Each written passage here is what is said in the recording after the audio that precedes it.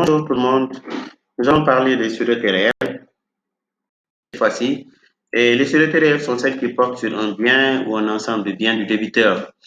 On peut avoir deux catégories. On peut avoir ce qu'on appelle des sûretés réelles mobilières.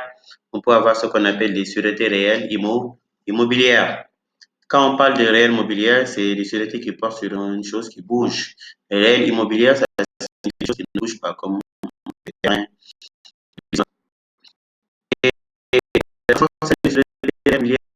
On peut avoir ce qu'on appelle des sûretés qui portent sur les biens meubles corporels et les sûretés qui portent sur les biens meubles incorporels. Biens meubles corporels, c'est des biens qu'on peut toucher. Biens meubles incorporels, c'est des biens qu'on ne peut pas toucher et qu'on peut donner en garantie. Et elles vont être concernées le droit de rétention, le gage et le nantissement. S'agissant du droit de rétention, le droit de rétention, c'est le fait pour un créancier de pouvoir retenir la chose de son débiteur parce qu'il n'est pas payé. Mais ce droit de rétention, il faut le comprendre comme ça. Par exemple, lorsqu'il y a un mécanicien qui donne, disons, qui répare le véhicule d'un client, le client s'était engagé à lui payer la somme de 200 000 francs à titre de réparation. Et s'il finit de réparer, en principe, le client devait en quelque sorte payer au mécanicien. Maintenant, s'il ne paye pas, c'est là où on dira que le mécanicien a un droit de rétention du véhicule. Parce que sa créance a un lien direct avec la naissance de la créance. C'est comme ça qu'il faut comprendre le droit de rétention. Un autre exemple, un locataire qui ne paye pas à son bailleur les loyers, ce bailleur n'a pas le droit de retenir ses effets personnels parce que ces effets n'ont pas de lien direct avec la naissance de cette créance, avec cette créance-là. C'est comme ça qu'il faut comprendre le droit de rétention. Il faudrait que la créance ait légitimement, il faudrait que la créance ait certaines liquides.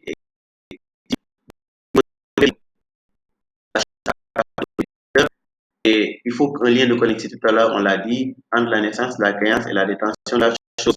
Il y a des effets. Avant paiement, le créancier a l'obligation de conserver la chose retenue et lui est interdit de l'utiliser. Il est responsable de la perte, il a le droit de refuser la restitution tant qu'il n'est pas totalement payé. Et aussi, on a la possibilité au débiteur d'offrir un autre bien meuble en lieu et place de celui qui désire se faire restituer. Par exemple, le propriétaire du véhicule pouvait, par exemple, remettre son ordinateur d'une valeur peut-être de 200 000 francs au mécanicien pour pouvoir en quelque sorte récupérer. Concernant maintenant les effets de la droit de rétention, si le débiteur ne paye pas, le créancier va en tout cas chercher un titre exécutoire, par exemple un jugement qui va condamner son débiteur, et ensuite il va procéder à la saisie et à la vente forcée de cette chose-là pour pouvoir se faire rembourser. Le droit de rétention va atteindre la voie accessoire, ça signifie que en même temps que la créance est garantie, par exemple, si le créancier, le débiteur paye, le droit de rétention disparaît. Par voie principale, c'est l'hypothèse où la créance subsiste. Par exemple, celui qui retient le créancier décide de remettre quand même le bien, malgré le fait qu'il ne soit pas payé. Là, on va dire qu'il y a extinction.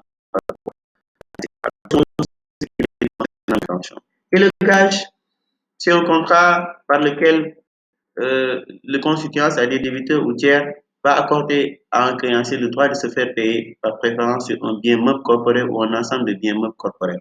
Le gage, il faut le comprendre, est une garantie qui porte sur un bien meuble corporel qu'on peut toucher. C'est quand c'est corporel qu'on parle de gage. D'accord? C'est différent du nantissement où le nantissement concerne les biens meubles incorporels.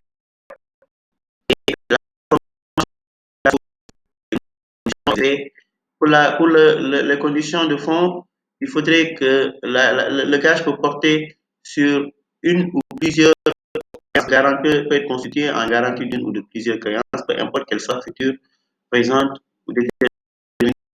Et le gage aussi peut porter sur tout bien meuble corporel isolé ou un ensemble de biens meubles corporels appartenant au constituant. Quand on parle de constituant, ça peut être ce qu'on appelle le débiteur ou bien ça peut être ce qu'on appelle le tiers. Un tiers peut donner son bien en gage pour le compte d'un débiteur. Et il faudrait que ce bien soit